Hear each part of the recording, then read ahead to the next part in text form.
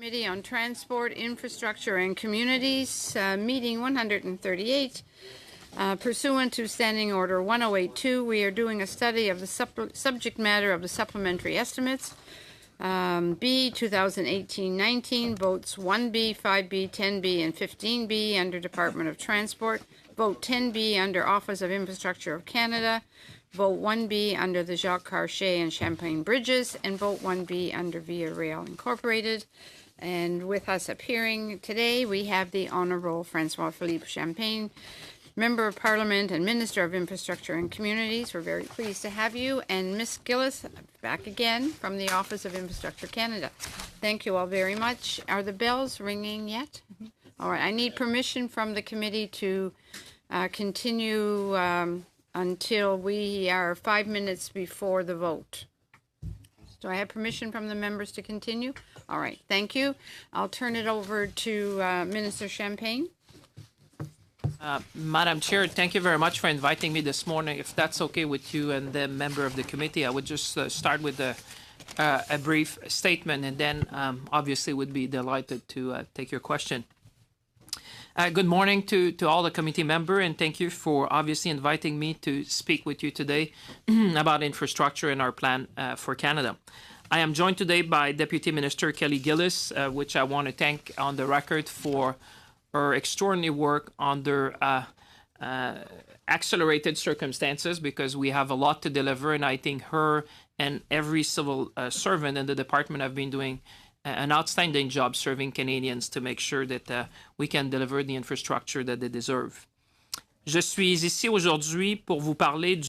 I'm here to talk about the interim estimates and supplementary estimates B for Infrastructure Canada, specifically to support the Government of Canada's priorities in investing in public infrastructure. Infrastructure Canada is seeking $1.8 billion through interim estimates and $150,000 through the supplementary estimates B. Across Canada have the money they need when they need it. I would also like to provide you with an update on the progress we are making in delivering the Investing in Canada plan. Since I was last before you, I have been continuing my travels across Canada to make critical investments in our communities and to obviously see the results. I have heard from Canadians about how their lives have improved throughout public infrastructure being built in their communities, thanks obviously to federal support. I visited, for example, the town of Drumheller in Alberta, where new dikes are being built on the banks of the Red Deer River, and a flood mitigation system is being put in place to alert the 8,000 residents when the water levels in the dam are rising.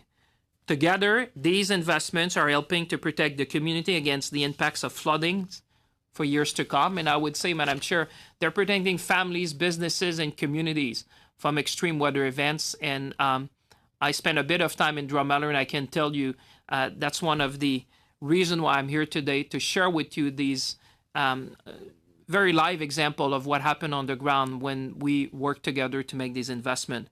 To give you an example, la Rivière-Rouge, un réseau de fibre optique est en... In Rivière-Rouge, Quebec, a fiber optic network is being installed that will bring high-speed internet to over 16,000 households and businesses in 17 Antoine-Labelle municipalities. And we know that high-speed internet, as my colleagues from Trois-Rivières knows, that having internet in our regions means that telework, telehealth, teleeducation becomes possible and enables these communities to participate in today's life. And in Saint-Eulalie, Quebec, a new wastewater treatment system and pumping station are being built, protecting the health of residents and preserving the waterways of the Centre du Québec region. How our investments are benefiting Canadians across the country, in every regions, in every communities of our country. And I have had the privilege to meet thousands of workers on sites across the country. I can tell you, dear committee members, colleagues, friends, they are the true heroes of our plans, and meeting them continues to be the highlight of my time as minister. They are dedicated, professional, and passionate about what they're doing to build a future for Canadians. Having a diverse workforce on our construction sites is also critically important, which is why I'm pleased that we have included the Community Employment Benefits Initiative in our bilateral agreements with the provinces and territories. Pour le succès de notre pays et de notre It is vital to the success of our country and our workforce to incorporate those groups that are underrepresented in the construction and related industries. I'd now like to talk about the progress that we've achieved in implementing our plan Investing in Canada. This plan, as you all know, is investing over $180 billion through 5 funding streams.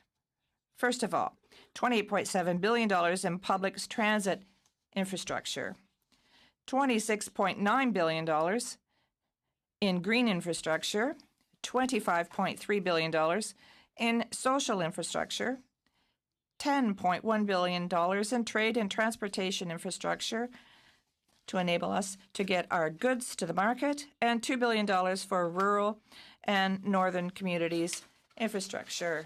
This is very important, as you know, when we talk about mobility, when we talk about rural areas, we talk about connectivity. So it's important that with our investing plan, we're able to do public transit, green infrastructure, social and recreational infrastructure to meet the needs in our rural and northern communities.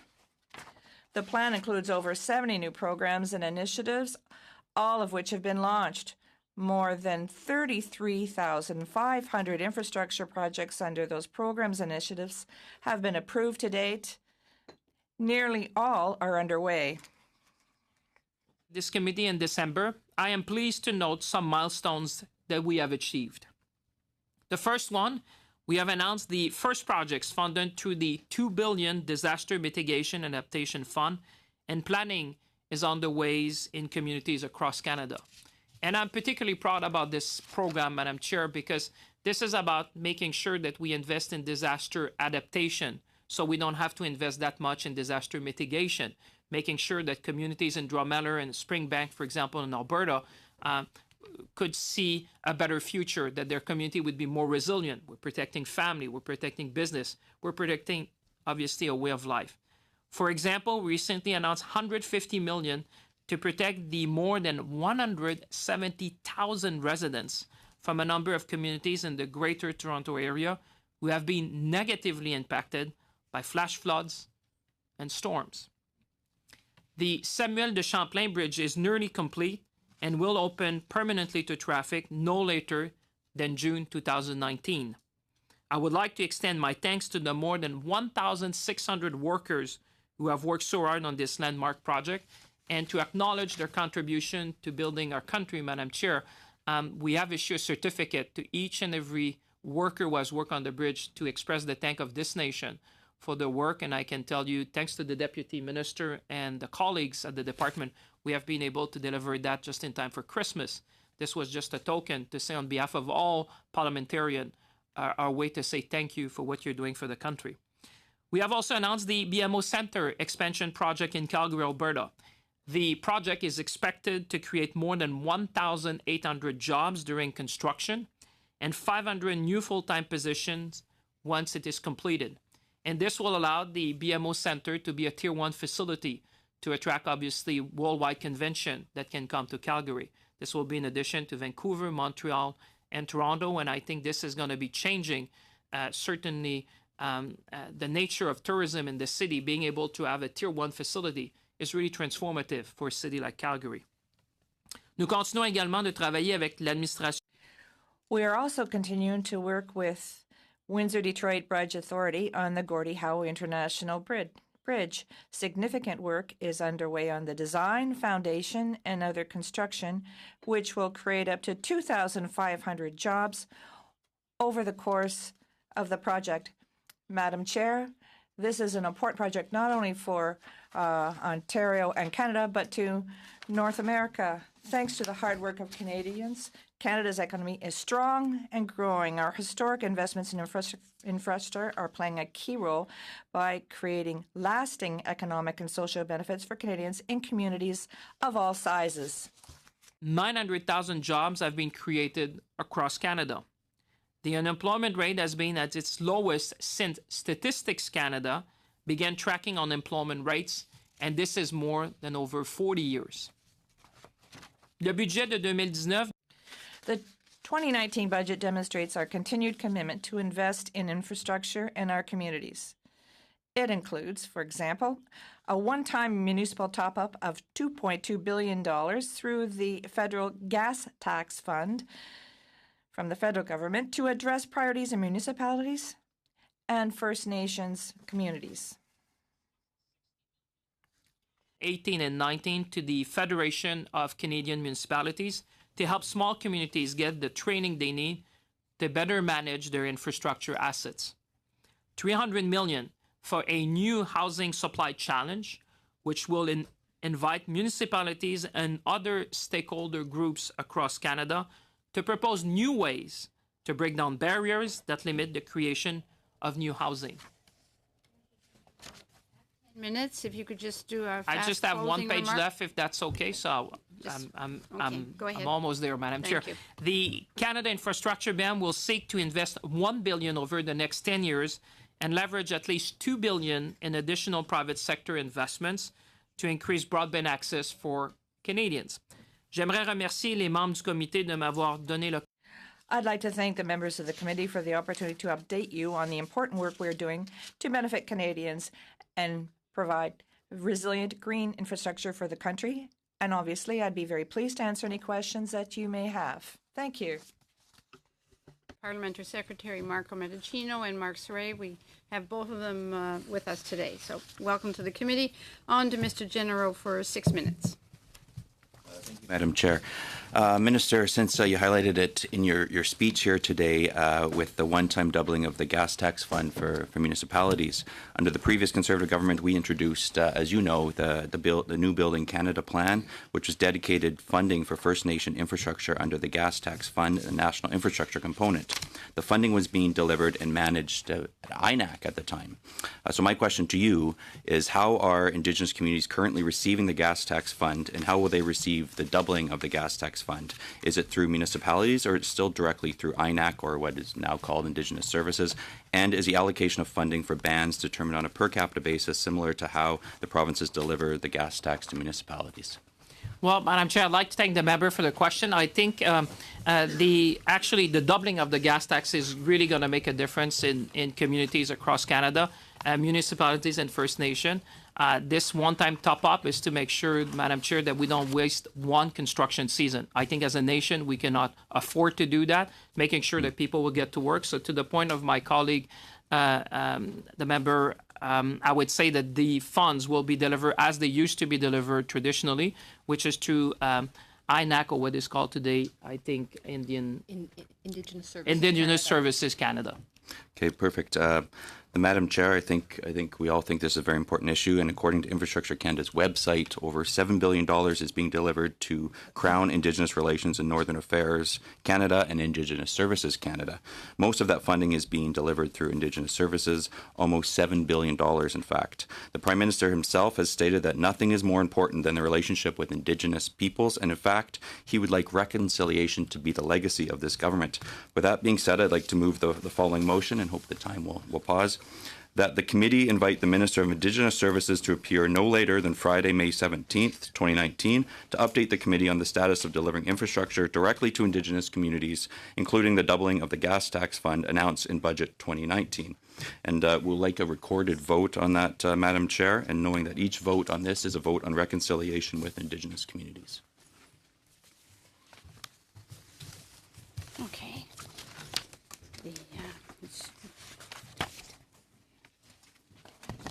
A debate on the motion as presented by Mr. General. Mr. Hardy. Good idea. The date may be problematic just because of other things in the cycle. I just wonder if we can remove the date and just say by by a certain date, mid-June, whatever. That would give a little bit more flexibility just because of everything that's going on right now. Hesitate to remove the date, Madam Chair, only because it's a major commitment of this plan, and I think that the sooner the better, realistically. However, if that's a friendly amendment at the time, let's do it. Just knowing that this is important to do. This was the committee did have 48 hours to consider this, as we all know here at committee. So hoping we can again have a recorded vote on this. Monsieur Aubin. Merci, Madame la Présidente. Thank you, Madam Chair. We've seeing that the agenda that you sent us that takes us up to June, I think we do have some room for this motion, so I'd be in support of this motion, providing that we deal with the date issue.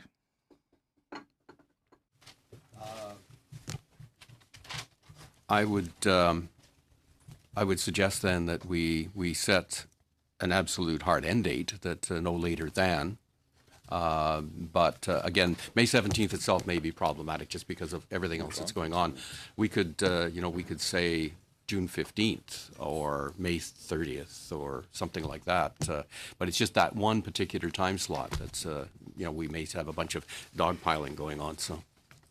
Madam Chair, I think we're more than happy to provide an extra meeting for this. I know on our side we're happy to take this issue seriously. Reconciliation is important to the Conservative Party of Canada, and we want to make sure that we have adequate time. So if we take an extra day, we take an extra day for another meeting. Well, I don't know if the committee would be satisfied with leaving it in my hands to work with the clerk to come up with a date prior to the rising of the House. Would that work? That's fair, Madam Chair. Is that all right with everybody? Okay. All those in favor of the motion, oops, I'm sorry, have I got somebody else? Oh, it's a recorded vote, but all those in favor of the motion as amended. So we have to vote on the amendment first. Okay, all those in favor of the amendment moved by Mr. Hardy. Okay, would carry. You want it recorded? On the amendment? No, I don't think we need the amendment. So it's the motion as amended. Okay. Mr. Wisniewski. Mr. Hardy. Yes. Mr. Iacono. Mr. Sican. Mr. Rogers. Mr. McColman. Yes. Mr. Generou. Mr. Leipert. Mr. Aubin. Oui. Yeas pour 9. Nays contre 0. So it carries. All right. Okay. Mr. General, you still have 3.5 minutes left of your time. Just to be clear, we paused the time, correct? Yes, we did. Okay, wonderful. Okay, Minister, in 2015, the now Prime Minister campaigned on running modest short-term deficits of less than $10 billion of each of the first 3 years, then a balanced budget by 2019. This year, which I think we can all agree isn't happening, as we've just seen the budget. But beyond the Prime Minister breaking his promise to balance the budget by 2019, these modest deficits were indeed, according to the Liberal Party, to double spending on infrastructure to stimulate economic growth. The PBO reported that your government is well behind what you had promised to spend in the Investing in Canada plan. It hasn't grown the economy as predicted or created the jobs it was set out to do. This is concerning, Minister, because according to public accounts, as of January 2019, only 13% of that $188 billion had been spent. That's 13% of $188 billion, while your government's deficits have in fact been almost double what was promised every year since you formed government. If the government has only spent 13% in 3 years on infrastructure, yet the deficit is well over double the $10 billion campaigned on, what is the money being spent on if not on infrastructure? Madam Chair, thank you for that question. If you want me to get back to how much we're investing in First Nation communities, I'll be happy for the member. I'll address this question now, but if ever you want to come back to the previous question, I have some numbers for you on the gas tax and other things. So, Madam Chair, investing in infrastructure is investing in the future of Canadians. I am pretty proud to see, as I was saying in my testimony, that we've done a lot. One of the first things when I became minister was to discuss with the federal, provincial, and territorial colleagues. And two things came to mind, which I've tried to work with the deputy minister to put in place. First is that we would adapt our processes to the construction season. The second thing is that we would introduce progress billing.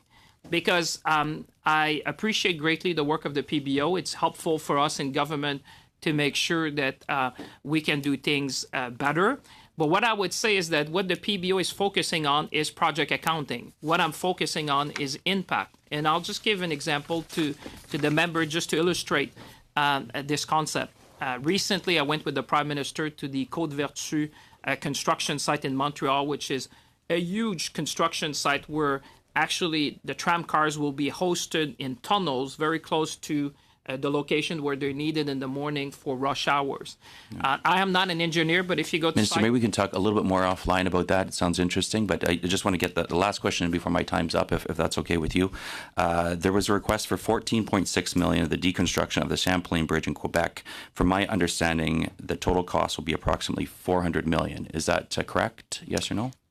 Thank you for the question. The estimate we have from GCCBI, which are the professional managing the bridge and will be responsible for the construction, the estimated cost at this time is $400 million, because you would appreciate today that you don't deconstruct like you used to do in the early days. There's a lot of issues about the environment, about making sure it's safe because it's over the St. Lawrence Seaway. So we're going to do it in a responsible fashion, which also is done in a way which is first health and safety for the workers, because that implies a lot of work on high out, very high off the ground and obviously over the St. Lawrence Seaway. So that's the current estimate. Okay, so we have, you have 60 seconds left. Madam Chair, I think in the spirit of that infrastructure isn't partisan, as the minister had just recently stated in a Hill Times article, I will cede the time over to my colleagues on that other side. Thank you. Thank you, Mr. General.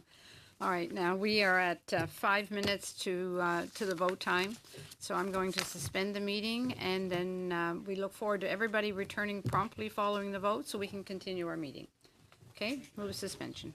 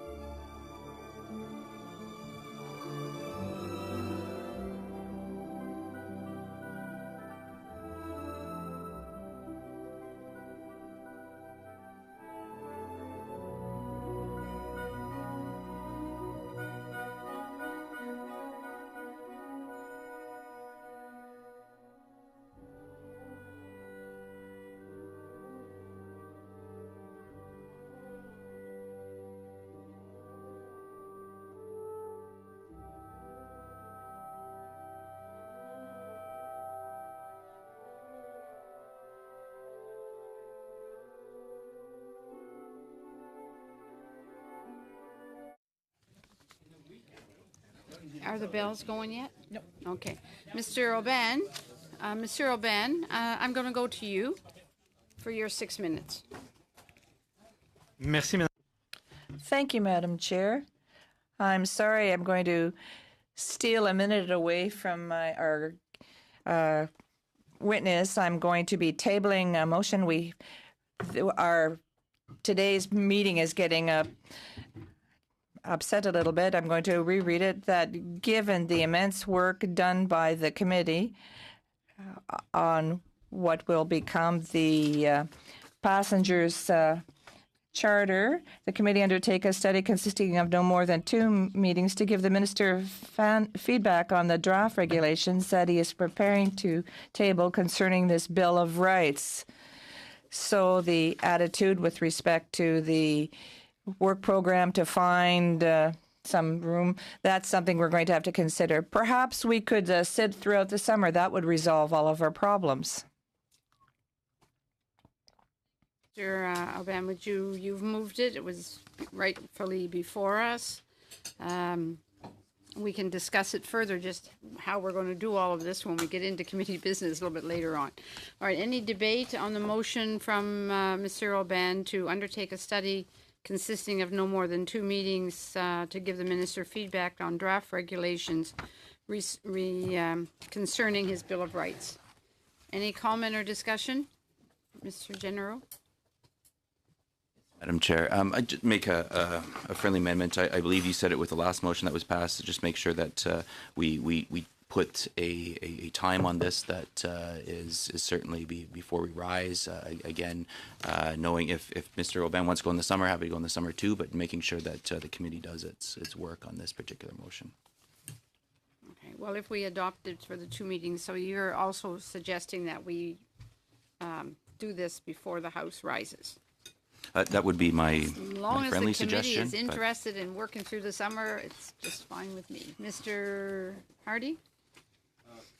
Right now, there's the proposed regulations were published in Part 1 of the Canada Gazette, and that calls for a 60-day comment period that actually ended February 20th, 2019. So the CTA probably has quite a wealth of background input from Canadians across the country.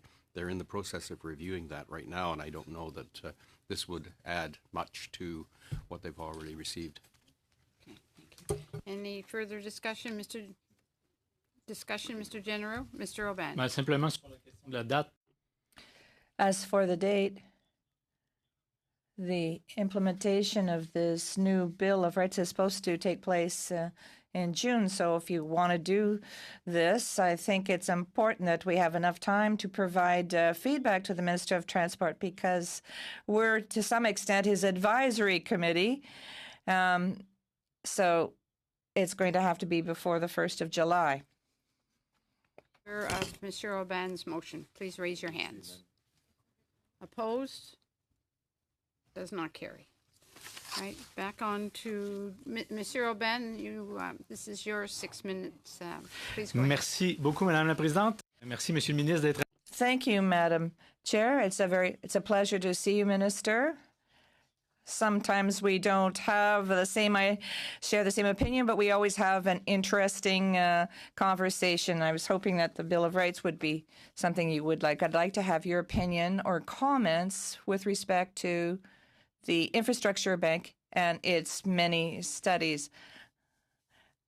I, like your colleague from Transport, I'm now buried under the weight of all these studies, which sometimes doesn't lead to a decision. And when I look at all the studies that have been done for and by the Infrastructure Bank, we're talking about 2,600 consultants, $2,600,000 for $1,700,000 for 6 consultants for looking at the enhancements of facilities and the construction. We talk about $816,000 for 3 consultants for legal opinions, and we talk about $425,000 for public relations and media relations. And that also included providing translation services. It seems to me that we could use the translation services on the Hill. They're very effective. And $8 million. $8 million worth of studies. So transparency is not at all evident here. We don't know what these were about, who they were by. This infrastructure bank has been around now for 3 years, and to date, we can't see what's so good about it. Could you explain why we're investing so much money into this infrastructure bank? First of all, I'd like to thank my colleague from Trois-Rivières for his question. We've done a lot of things together in the past, but when we talk about the Infrastructure Bank of Canada, that's another tool in the toolbox. It's a long-term project. We have to ensure that we get infrastructure as quickly as possible for all Canadians. When we build infrastructure for the future, there are always costs associated with this. When we're trying to bring together the best talent and expertise, we need a group of professionals that will provide advice and also help us with the projects that are going to be funded by the bank. I think the bank is a tool that allows us to see further ahead. It's long-term investments, and I can reassure my colleague that the board of the bank is had hundreds of different meetings with various stakeholders from both the public and private sectors. There have been 60 or so discussions on projects, and there are some projects are now being considered in the area of mass transit. If I may, Mr. Champagne, in talking about innovation, in your opening statement, you talked about $28.7 billion for mass transit. That's great for high-speed trains, but what about the amount of money that you've talked about for green infrastructure? $26.9 billion. And then there was $28 billion for social infrastructure. And then there was all these investments in transportation. And we remember that the bank is supposed to be funding or projects of over $100 million. I think these are the largest construction that ever took place in Trois-Rivières was a theater. So we don't qualify for anything under this envelope. But $3 billion for a train system? Well, this delay in the high-speed train, is that due to the fact that you want to fund public infrastructure through the infrastructure bank? Do you think that this will have a direct impact on the cost of the bill at the end of the line? I would tell my colleague that as for the high-frequency train, this is an economic development tool that's very attractive. It will enable the Trois-Rivières and Quebec City area to have good infrastructure. This will be an economic driver. We also have to consider workforce mobility. My colleague knows that since the very beginning, this is a project that I have supported because it's very important for Quebec, and we've made historic investments in transportation and green infrastructure. Madam Chair, we put $1 million into renewing the fleet because we need to have rolling stock. I heard that, but does that come under the infrastructure budget? That is to set up infrastructure for high-frequency trains, or does this come solely under the transportation budget? The Government of Canada is responsible for this. Mr. Aubin, since the start, I have paid a lot of attention to this very important project. It's an economic driver, a social economic driver. It's good for labor mobility. This project is moving ahead. Studies have to be done. There are environmental issues. We have to consult with First Nations. But since we're talking about investments of public monies, the better, the more studies and the better these studies are conducted, we'll be able to tell people that progress is being made. And I can reassure my colleague from Trois-Rivières that this is all moving ahead. And we're using all of the instruments and tools that we have in the Government of Canada to ensure that it comes to fruition. Thank you.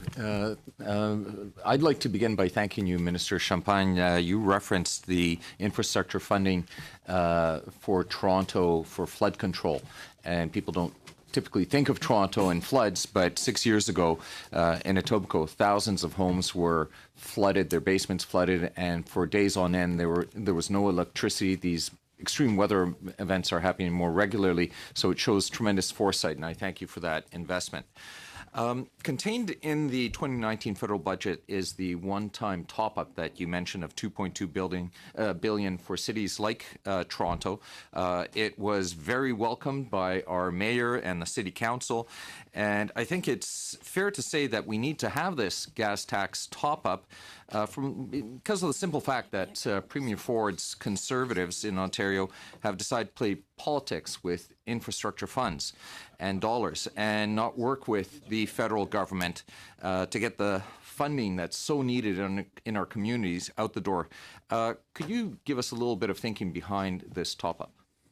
Well, I'd like to thank the member for the question. Like I said, we cannot afford as a country to waste one construction season. I've been talking to unions who are saying they obviously are concerned to make sure that the workers would be on site at the construction season, which is coming. I would say that you may have seen a bit of frustration on my part. We signed an integrated bilateral agreement with provinces and territories. In the case of Ontario, we have about $12 billion on the table for almost a year. And the stream that have been opened recently is the rural and northern stream, which is extremely important. I come from rural Canada, but that's only $250 million out of $12 billion.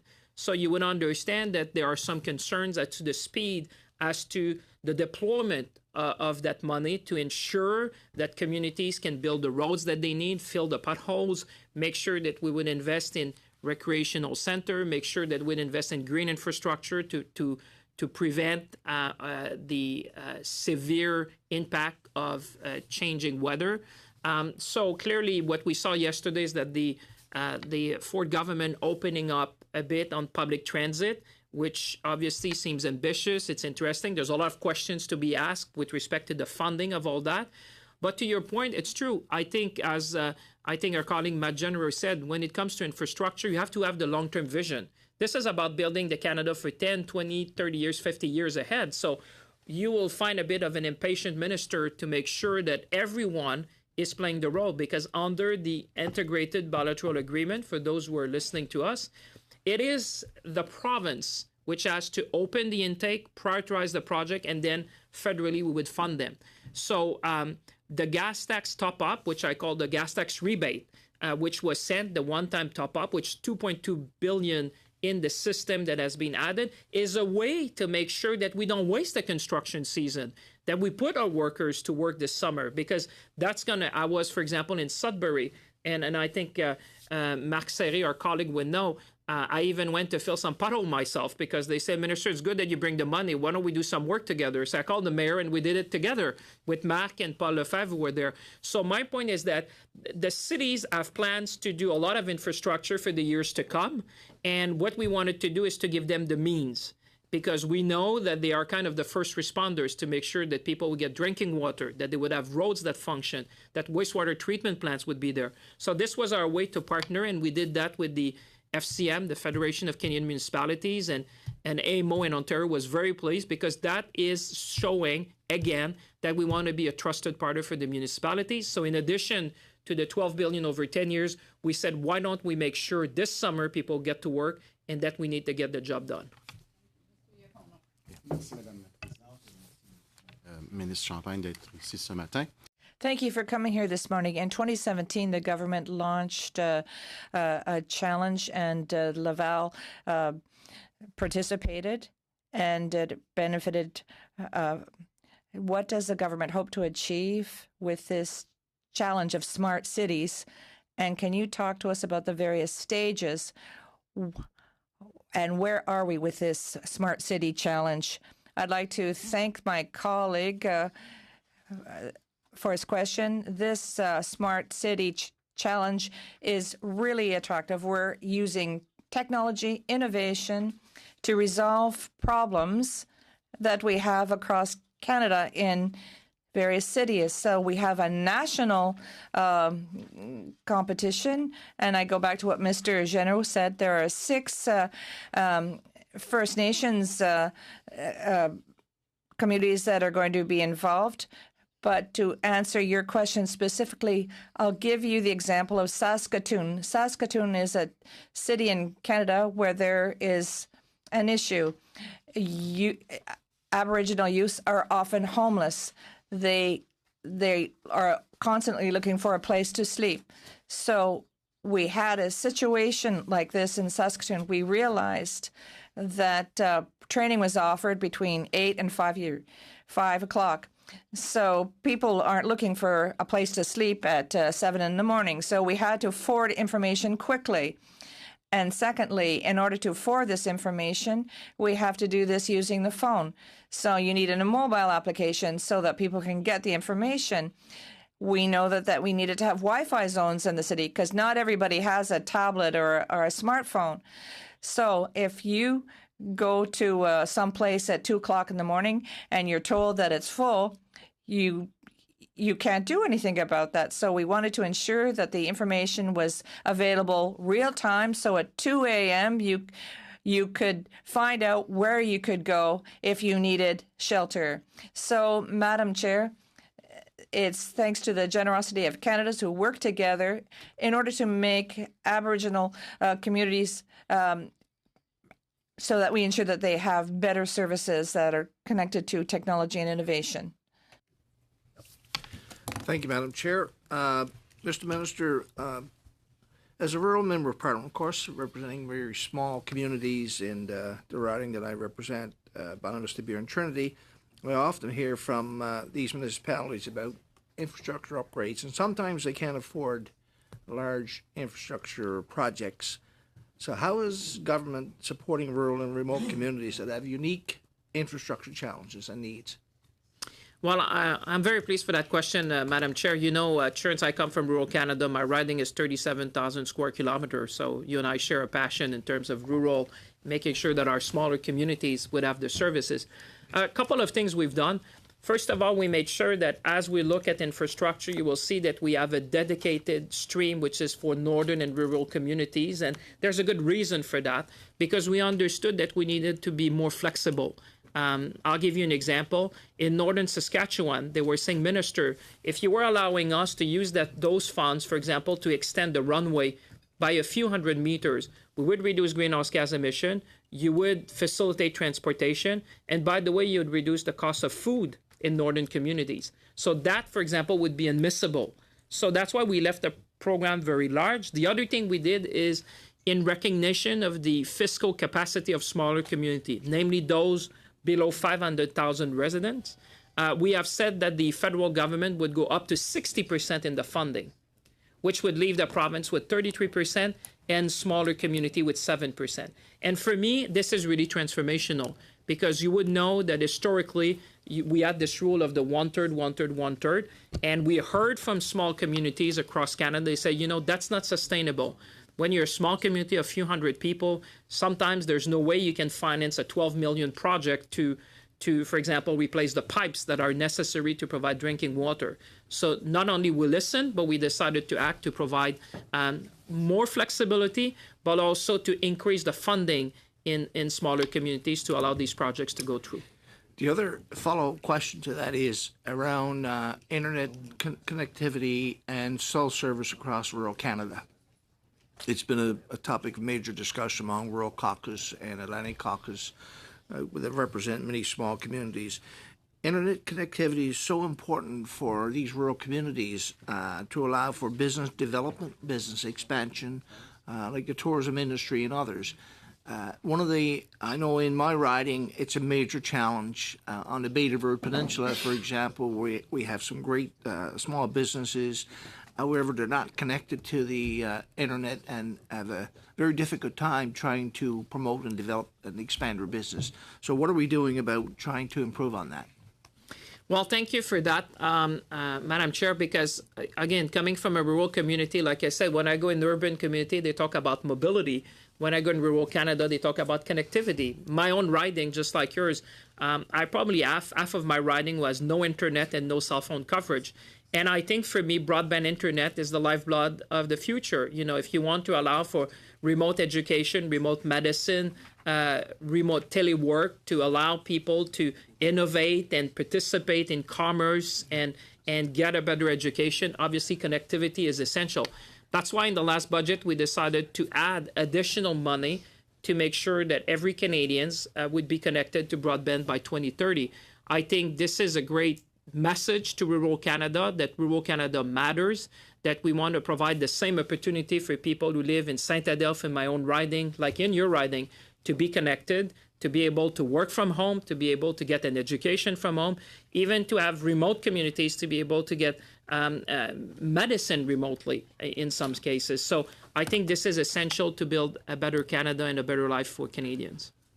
Thank you. And I know the gas tax fund, bumping up the extra $2.2 billion, and that leaves $32.9 million for small communities in rural Newfoundland and Labrador. Particularly, we should truly appreciate that extra funding. I know you've been on the road a lot across the country. What are some of the things you've learned on the ground? Some of the things that may have surprised you about some of the challenges that small rural communities face? Well, I think when we announced the top up to the gas tax rebate, I was very pleased to meet with small community mayors, because, for them, this funding, which is direct funding, is allowing them to really go on with projects that they had in their plan, but they could just not finance. Right. And what I realized is this is one of the best ways to support municipalities, because this is going direct. And like I said, mayors in smaller communities wouldn't understand what is needed from their community. I always say mayors know best, because they have to deal on a daily basis with the primary services that need to be provided to citizens. And I can tell you that everywhere I've been traveling, they could tell me about the roads extension that they needed, the drinking water, that this will make a difference, the rec centers, because, in small community, the recreational center or the sports center is everything. That's where you bring people together. Yes. That's true in my riding, but it's true across rural Canada. So I think that having a rural lens, making sure we're there, I used to say we have a lot of ambition for our regions. And there's a reason for that, because through the funding we have now, whether it's broadband, whether it's the Northern and Rural Stream, whether it's the recreational center, whether it's providing more money federally to finance that, I think we're really making a difference in rural Canada. Thank you, Minister. Kono. Merci, Madame la Présidente. Je ne veux pas avoir l'air. I seem to be always talking about the same issue, but as a member for Montreal Laval, this question is so important. Can we have a little update on the Champlain Bridge?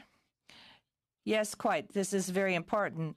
This Samuel Champlain Bridge is one of the biggest infrastructure projects, not only in Montreal, Canada, but in North America. In the summer, we had 1,600 workers involved in this construction. People were working 24 hours a day, 7 days a week. In December 2018, this bridge structure was pretty well complete. And you remember that journalists were able to walk over the bridge, but we know some waterproofing work had to be done, but it couldn't be done in winter. So my biggest priority has always been safe and security on the workplace and the sustainability of the bridge. What I can tell you is that the Samuel Champlain Bridge will be open to traffic later in June 2019, and Montrealers will be proud of this bridge for generations to come. I'll give the rest of my time over to Mr. Ken. Kono. Mr. Champagne, this is kind of a philosophical question. Normally, we're used to seeing federal government infrastructure support really roll out when times are tough. it's a stimulus. The previous government did that, and I think a lot of people agreed that it was a good thing to do. Going into deficit to do it was a reasonable thing to do. Here we're going into deficit, maybe not specifically aligned with the infrastructure program, but certainly if we weren't doing it, we wouldn't be running deficits, or maybe not deficits quite as large. So what is the philosophy between a short-term stimulus versus the long-term program that we've actually rolled out? What is the difference in thinking here? Well, it's long term. I used to say, and I always say to the Minister of Finance, I don't spend, I invest. That's the difference, because when you're talking about infrastructure, by definition, you're looking at more than one financial cycle. You're looking at least at 5, 10, 20, 30, 50 years. When you're looking at bridges, you're talking 125 years of useful assets. So when you look at the life cycle of assets, you realize that when you invest in infrastructure, you invest in prosperity, current prosperity, but also future prosperity. I always say that the best way to attract talent and investment in Canada is to have modern, resilient, and green infrastructures. We all have traveled around the world, and we know cities that function well, communities that function well, attract talent. And that's really what we need to do. I would say I'm pretty proud. Take the Disaster Mitigation Adaptation Fund, the $2 billion. If you're not going to invest in disaster adaptation, you're just going to invest in disaster remediation more often. So I think not only about the economic costs, but the social costs. When I was in Calgary, for example, at the Springbank, and when we announced that people have been flooded for generations, people have lost their lives. So when you invest, we invested hundreds of millions to make sure that we would prevent not in 100-year event, but one in 200 years event. This is where we are now. So there's a real cost of inaction to climate change. And I keep repeating it. And if there's people who doubt that, go speak to the people in Drumheller. Go speak to the people who have family victims in the Springbank. They'll tell you that this is real. This is today. So extreme weather events are more frequent and more severe. I think it is just a smart thing to do to make sure that we invest in adaptation. So whether we're building bridges like Gordie Howe, which is about 25% of all merchandise trades between Canada and the U.S., to secure a second link so that our goods going to market, whether it's about securing the tourism industry in Drumheller, whether it's about securing the Springbank in Calgary, whether it's about doing the Samuel de Champlain Bridge, which has $20 billion of trade every year that goes to the United States. For me, this is investing in Canadians. This is investing in our future. You have 1 minute left. And very quickly, you mentioned that there's $12 billion sitting on the table waiting for Ontario to come forward. Do you have similar statistics for Saskatchewan, Manitoba, and New Brunswick? The agreement were concluded with all provinces in 2018. So the 10 provinces and 3 territories. You would know, like we all know, there's been provincial election, there's been different things happening, there's been reprofiling, there's been reassessment of priorities, but this had the impact that there's still a lot of money on the table. Why I am pressing some provincial governments more than others, that I say this money is there to work this summer, for example, that we can do projects, whether it's the rec center, whether it's to make sure that the roads are being built, whether it's about the drinking water. If you look at our record, we have approved about more than 4,800 projects and $20 billion. There's still a lot of capacity in the system. My point is that if you talk to the unions, they say, let's get it done. We need to do that. I'm saying the same message in New Brunswick. I'm saying the same message in Saskatchewan and Manitoba. And I will continue to do so because I think it's in the best interest of Canadians. The money is there on the table. But because the way our agreement works, the provinces, which are co-investors, because the way we structured the agreement was to do more investment in infrastructure. So since they are co-investor, they have to open the intake and prioritize. And certainly they send the project to us when it fits the program. We are glad to invest, and we want to make sure that we will do that together. Thank you very much, Minister Champagne. I'm going to go on to Mr. General for his 6 minutes, but the bells have flashing. Do we have committee support to continue until 5 minutes before the vote? All right. Okay, fine. Mr. General for 6 minutes. Thank you, Madam Chair. Getting back to a question similar to Mr. Iachano's question, it's my understanding that the signature on the St. Lawrence SSL would be responsible for the operation and maintenance of the new Champlain Bridge for the next 30 years. Now, the largest stakeholder, and you know this, is of course SNC-Lavalin. I would imagine, as the minister responsible for the bridge, which is requesting money in these estimates here today, that you yourself, being from Montreal, that you or your office have met with SNC-Lavalin? Thank you for the question. I come from Shawinigan, but I just want to state the record for those who are watching us. But indeed, this is the largest infrastructure, one of the largest projects in North America. So I did call the CEO of SNC-Lavalin. I called the CEO of Dragados. I called the CEO of Arup. I called the CEO of all major partners in either the Gordie Howe Bridge and the bridge, my question specifically to the Champlain the new Samuel Bridge, de Champlain Bridge. Yeah. No, thanks, Minister.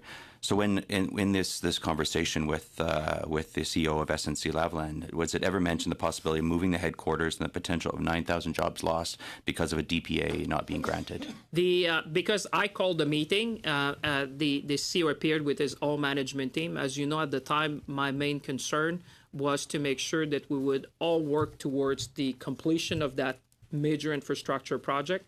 So the discussion was about the Samuel de Champlain Bridge. And I wanted to, and I just want to state for the record, I did call for the meeting. They did not ask me, but I summoned all the CEOs, and I had the CEO of Dragados as well. They wanted to meet separately, although they're part of the same consortium. Because I think it's just incumbent upon me as Minister of Infrastructure to make sure that top management would have the same interest in making sure that we complete this project as soon as possible. Of course, I just, equivocally, yes or no, did the 9,000 jobs come up in that conversation with the discussion was around the Champlain Bridge and how we can make sure that. So is that a no together. then, Minister? Like I said, the discussion was not about what you're referring. The discussion was about the Samuel de Champlain Bridge. So that would be no. The 9,000 jobs was not discussed. Like I said. Madam Chair, I think he's more than capable of answering himself. Just clarify yes or no so we can move on, Minister. Like I said, with the discussion was about the Samuel de Champlain Bridge, and that's why I called them upon in my office. You sound like you're Prime Minister right now. It's a yes or no simple I'll take answer. that as a compliment. Okay, Madam Chair, if you tell that I sound like our Prime Minister. Yes, Madam Chair, I'd like to move the motion, and pausing the time, of course, that the committee invite the signature on the St. Lawrence on no later than Friday, May 31st, 2019, to update the committee on the status of the new Samuel de Champlain Bridge, which is expected to be completed by June 2019. And I'd like a recorded vote on this again, because a vote against this would again mean a continued cover-up of how SNC-Lavalin is connected with this Prime Minister and perhaps even this Minister. Thank you. Any debate? Not seeing any. Monsieur Aubin. Merci. Thank you, Madam Chair.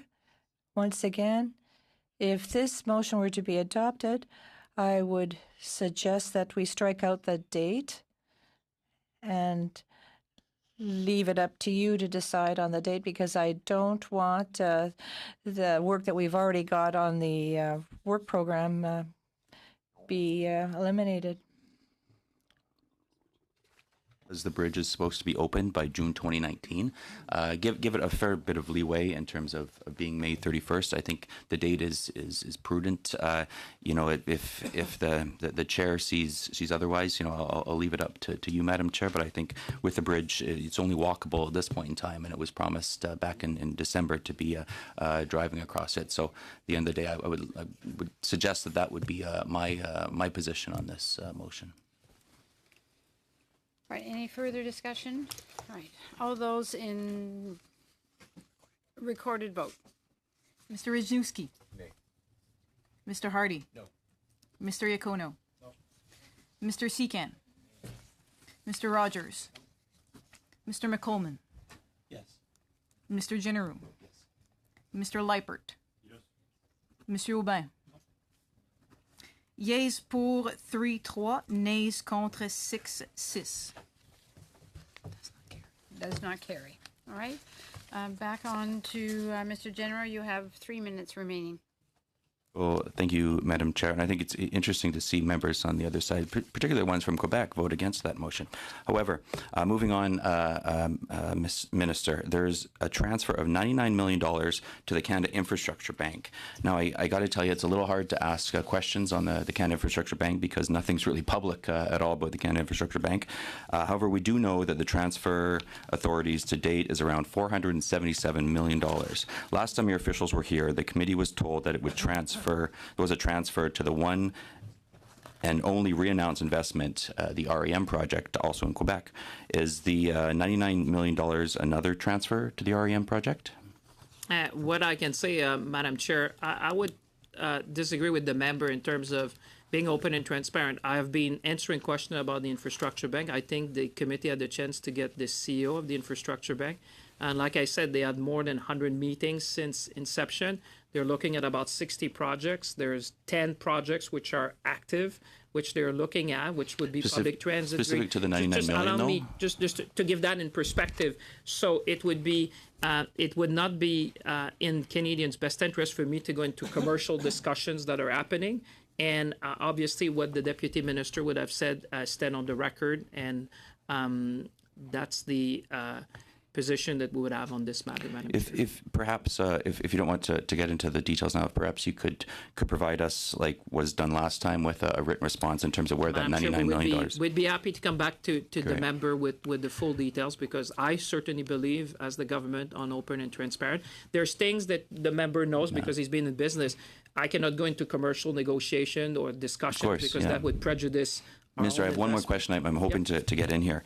I want to ask you the question regarding the bank, the development of the bank, since we're talking about the $100 million in transfer. I realize this was before you were Minister of Infrastructure, but in March 2016, the government, specifically Infrastructure Canada, brought an investment banker from the Bank of America, Merrill Lynch, to assist with the development of the Canada Infrastructure Bank. We'd like to know who was that person and has their name been disclosed? If you're unable to provide it now, hoping that you're able to follow up after committee.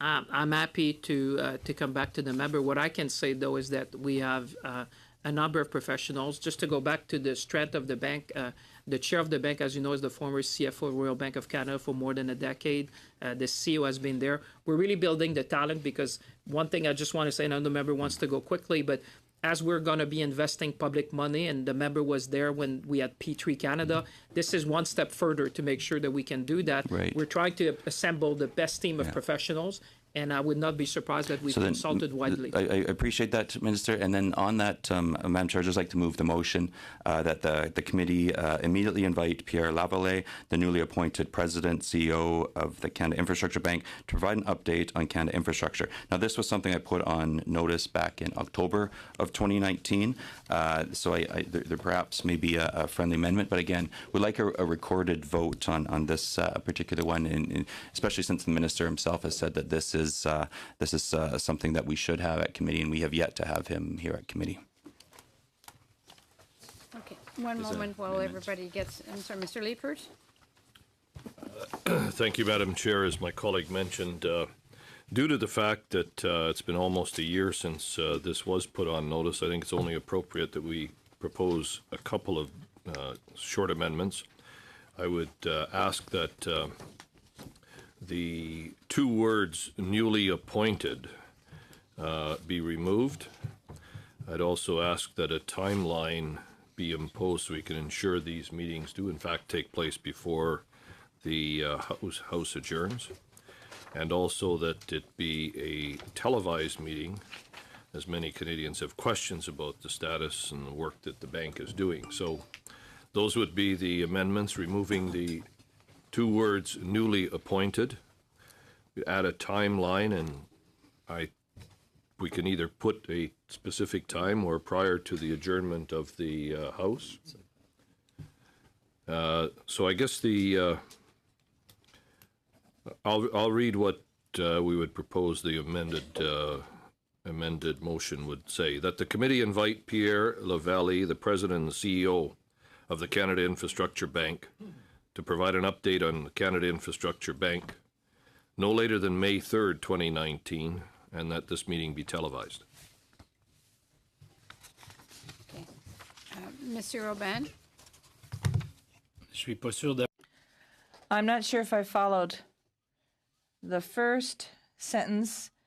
So you said before the House rises, but in the final version you are saying before the 3rd of May. What version is correct? So no later than May 3rd, 2019, but we could certainly be flexible on that because of all of the other motions that we've been considering. Any further discussion on the motion moved by Mr. General? Further discussion, Mr. Oui. Aubin? En fait, je voudrais juste I would move an amendment that the motion say before the House rises rather than say by May 3rd. The amendment first. Would you like a recorded vote? Okay, Madam Clerk. There's a sub-amendment moved by Mr. Aubin. That it's before House rises for summer. Okay, so vote on the sub-amendment first. So the vote is on the sub-amendment of Mr. Aubin that it takes place before the House rises for the summer. So, Mr. Wisniewski. Mr. Hardy. No. Mr. Iacono. Mr. Secan. Nay. Mr. Rogers.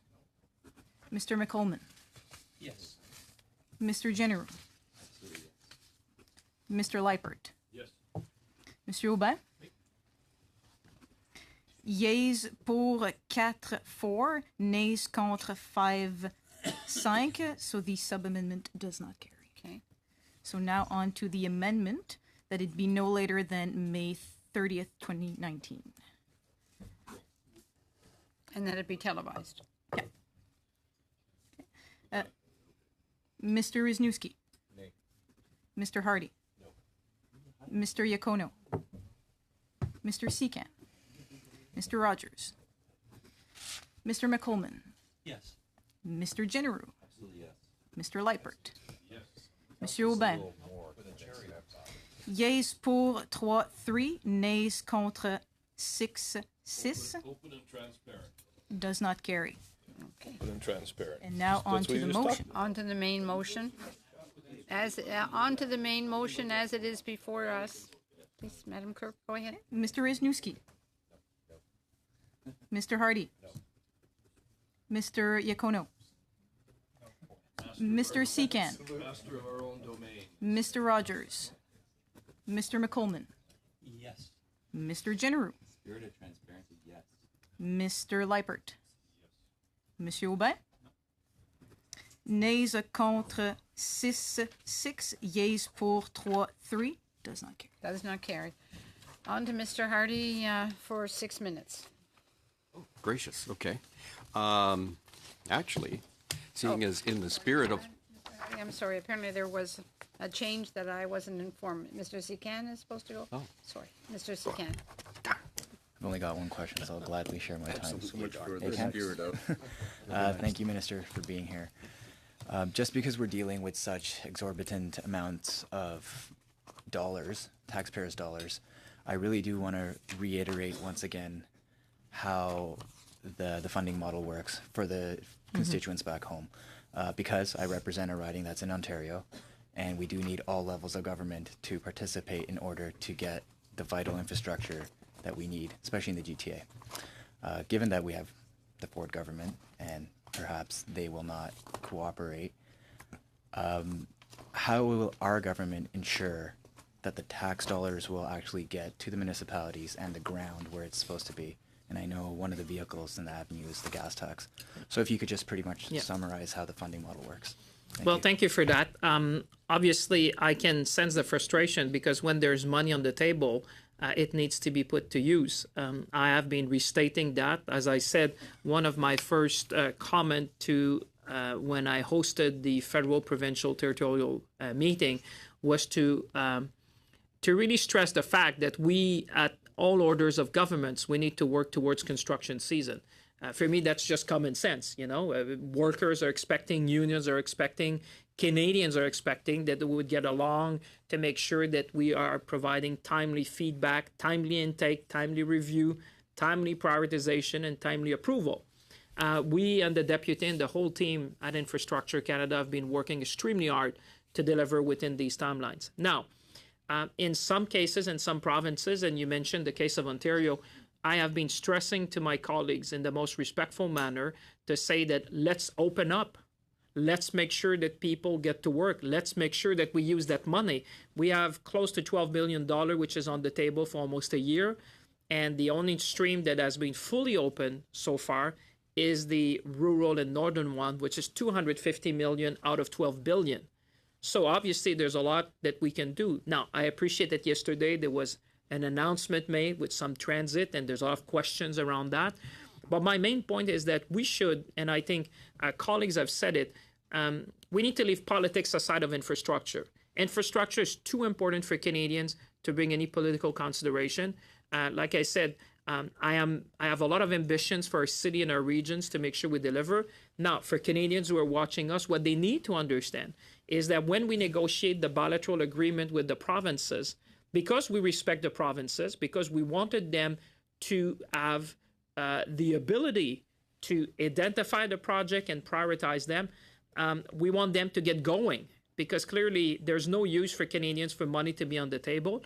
And certainly we'll be working with all provincial and territorial governments to make sure that this is happening quickly. We're working with the unions. We're working with the entrepreneurs, the businesses who want to get going because they see that the construction season is at our doorstep.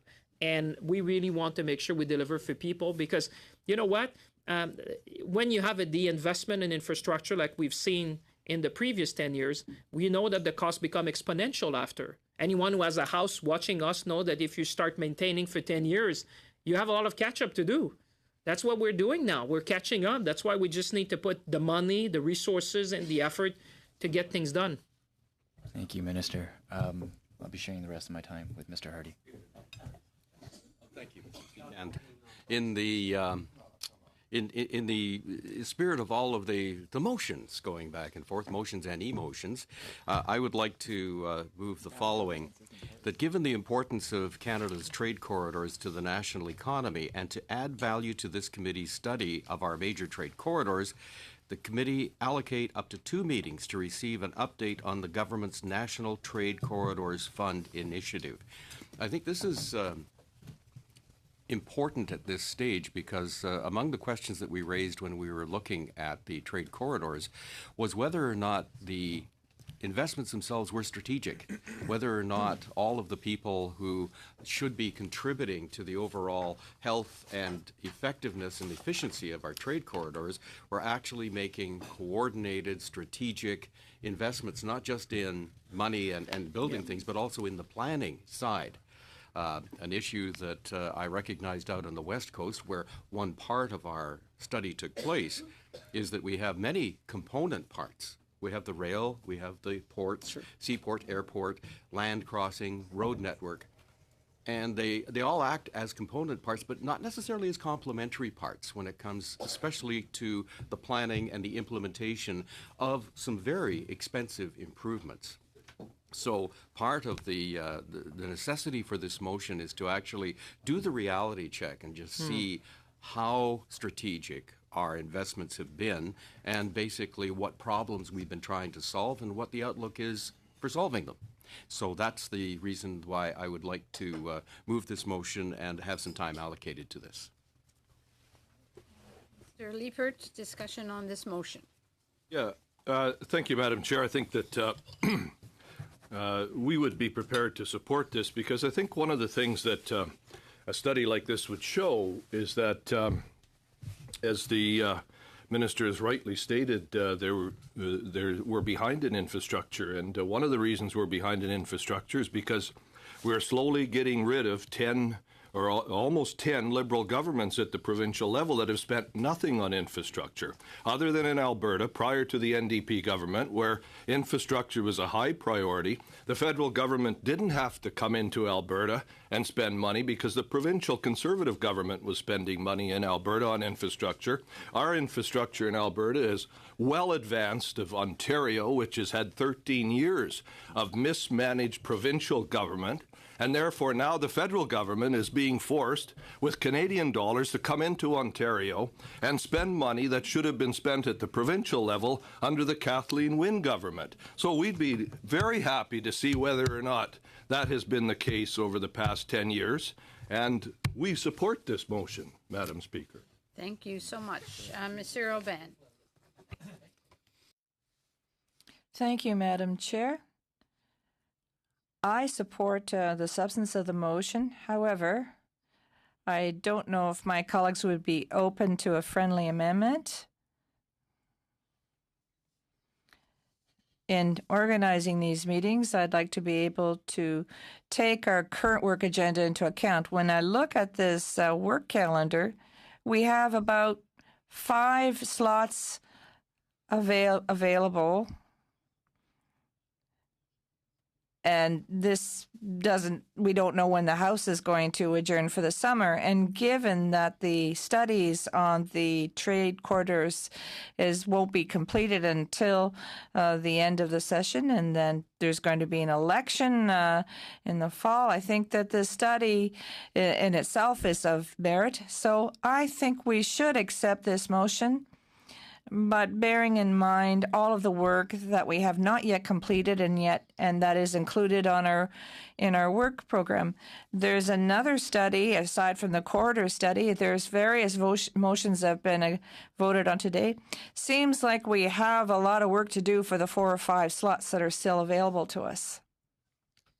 I would be happy to support this motion as well, underscoring some of the reasons that my colleague has articulated, but as a member of Parliament from Brantford, Ontario, and realizing that as an industrial community, a blue-collar community, the great downturn of what was called the worst downturn since the Great Depression through 2000, beginning in 2008 and ending roughly in 2010, 2011, and watching the Conservative government during those days, as I sat in the benches of the then Conservative government under Prime Minister Harper, spend more in infrastructure, more in rebuilding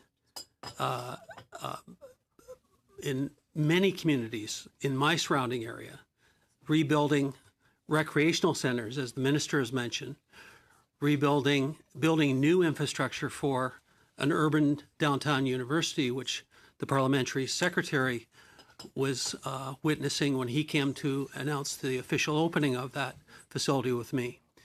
And other projects, road building projects, road repair projects, bridge repair projects that we were seized with to keep our economy afloat during those years, so that we did emerge. We did go into it, and we emerged better than any of our G7 partners, is something that's often overlooked. And I pick up on the experience that we've had with the Kathleen Madam Chair, point of order. Can we Liberal call the government. question here, please? Because we're running out of time. With respect, sir. What's that? Mr. Hardy is asked to call the question. It's not admissible.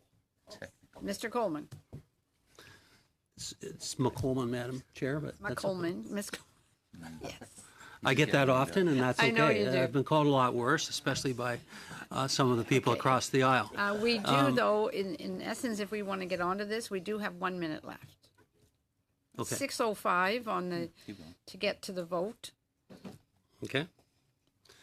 I just want to point out that I think as this Prime Minister had promised to shine a light on things, I think that's the support of this motion goes well beyond just the rhetoric of the minister who says he's nonpartisan and then takes a shot at us for the last 10 years of doing nothing, not repairing anything, no maintenance. And I wanted to make that point as we enter into this vote. Thank you, Madam Chair. Thank you very much. All right. No, any further discussion? Mr. Hardy's motion is before us. I'm sorry, Mr. Aubin. Je suis toujours sans nouvelles sur la proposition. What about the amendment that I had tabled so that we add, bearing in mind the work program that we have?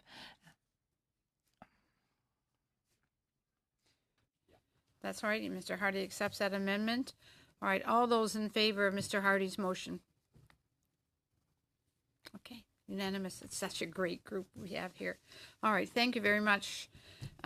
We have to suspend now, and I have to thank you very much, Minister Champagne, for sharing this 90 minutes with us in between a few other things. Thank you very much. We will suspend, we will return, and we are scheduled to go into committee business at that time.